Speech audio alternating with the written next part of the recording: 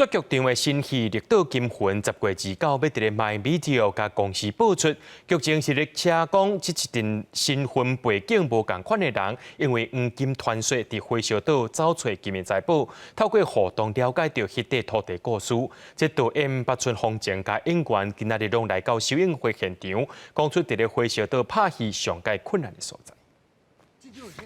电视剧《绿岛金魂》为火烧岛的黄金传说讲起，一群无共背景甲身份的人为着乌黄金绑做伙，伫找宝藏的过程当中，知影火烧岛过去的实名故事。导演讲，上困难的是伫石洞内底拍戏，因为迄内底空气无好，上锁随时拢爱传便便。是一个比较危险的状态，但是我们当然是有安全的考量，但是顺利拍完的时候，那个是。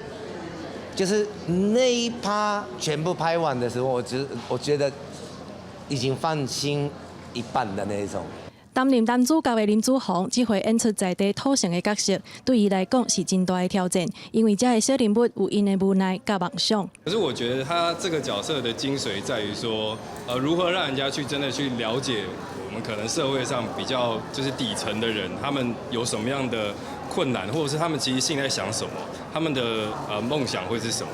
对，我觉得这个是比较难的。绝剧场的第4出戏《绿岛金魂》10月29就会伫 MyVideo 公司同步播出，一摆播2集。另外，所有平台嘛看会到，详细播出时间会伫线顶公布。记者麦尚英、曾海文台北报道。